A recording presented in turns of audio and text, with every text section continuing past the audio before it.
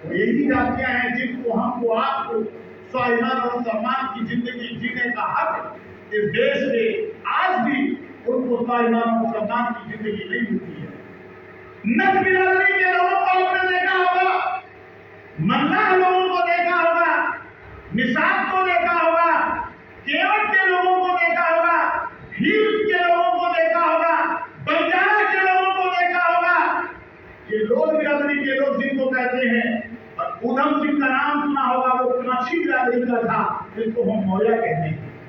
पारसी बिरादरी के लोग हो, चाहे खटिक बिरादरी के लोग हो, चाहे गुजर बिरादरी के लोग हो, चाहे आई बिरादरी के लोग हैं, वो जातियां थी, वो अपने लिए नहीं जीते थे, वो इस देश के लिए जीते थे।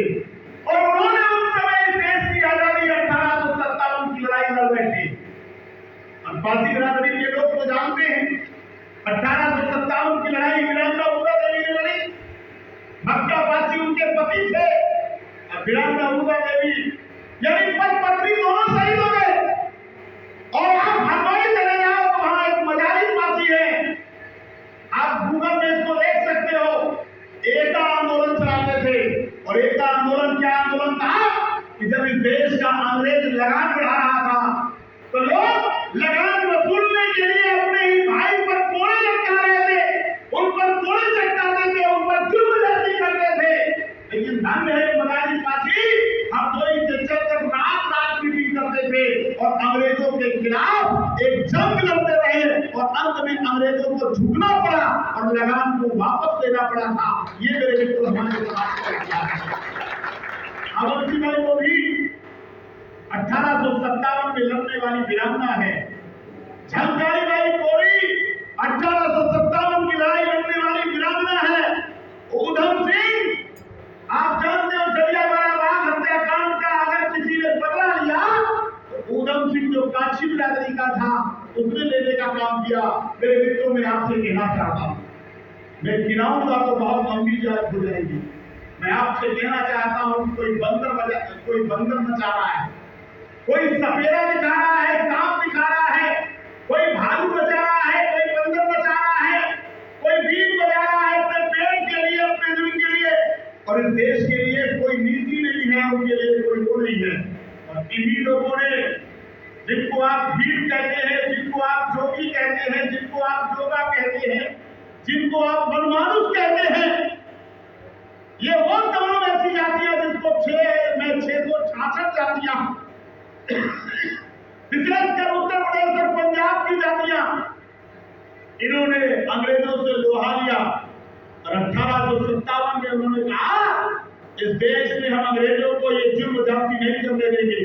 उस समय हमारे देश के राजा रजवाड़े अंग्रेजों की चमचागिरी करते थे, अपने लिए जमीन जायदाद की व्यवस्था करते थे। लेकिन हमारे ये गरीब किसान मजदूर, ये झुग्गी झोपड़ी वाले लोग ये इस देश की आजादी के दीवाने बनकर के लड़ रहे थे।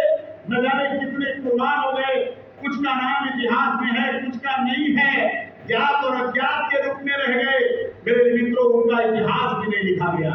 और तमाम बलिदान जो बदकारी गद्दारी किए, वो स्वतंत्रता संग्राम सेनानी की पेंशन ले रहे हैं, और जो बेचारे जिनके परिवार के लोग शहीद हो गए, कुर्बान हो गए, उनको इस देश में पेंशन भी नहीं मिली। मेरे मित्रों, इसलिए मेरे मित्रों मैं आपसे कहने आया हूँ, इस देश में गरीब कोई पैदा नहीं होता, गरीब बनाया जाता है।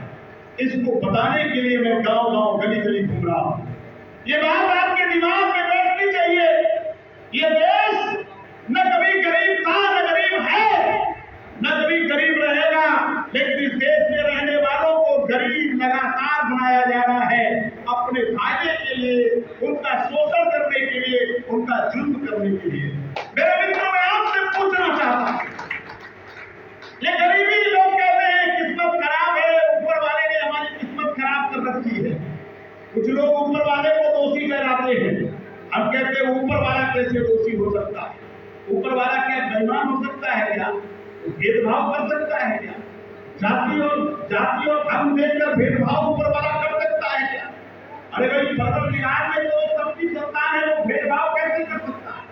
वो तो सबके साथ एक जैसा व्यवहार करेगा, और अगर वो बेईमानी करेगा तो हम उसको परवरदिगार कैसे कह सकते हैं, उसको ऊपर वाला कैसे कह सकते हैं?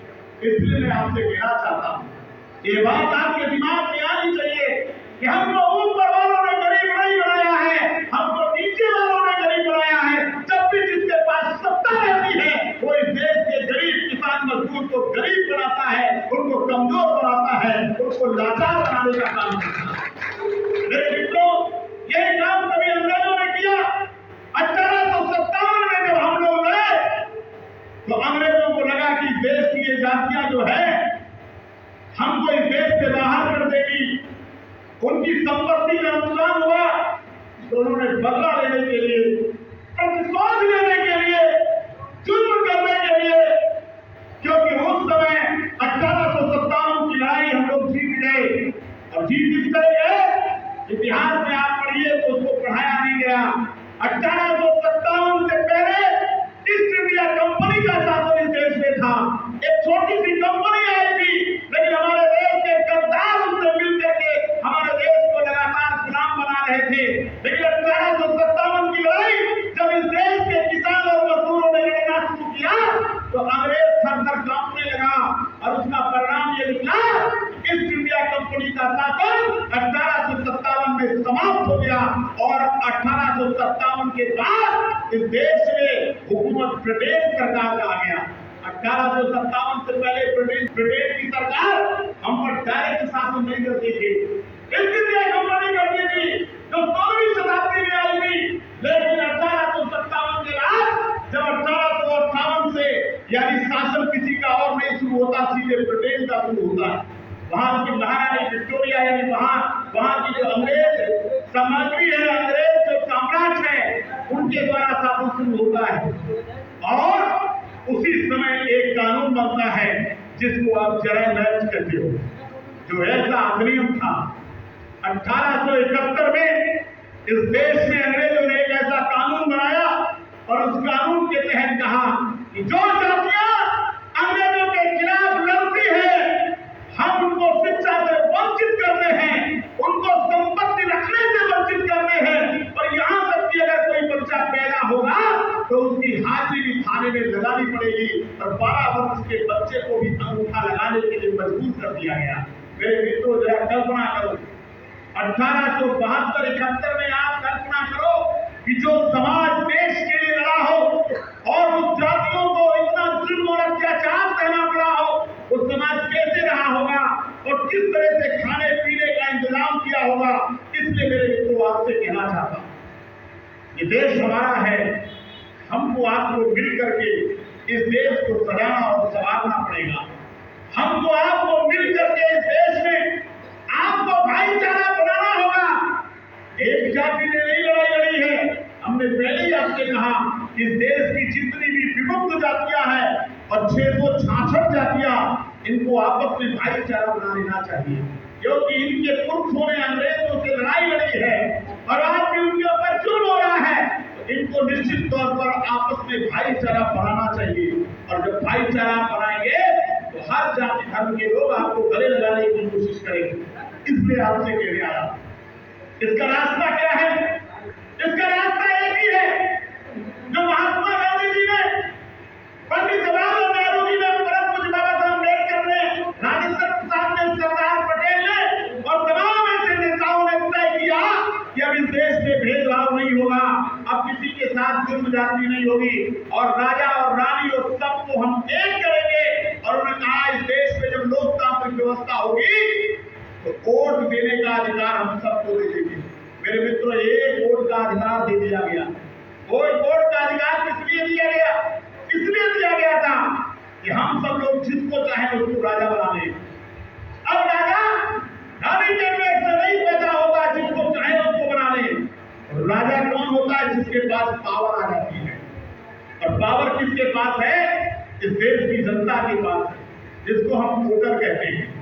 और वो पावर नजरुद्दीन काशी जी को 1952 में जब संसद में पहुंचने का मौका मिला तो ये विमुक्त जातियों को आजादी नहीं मिल पाई थी।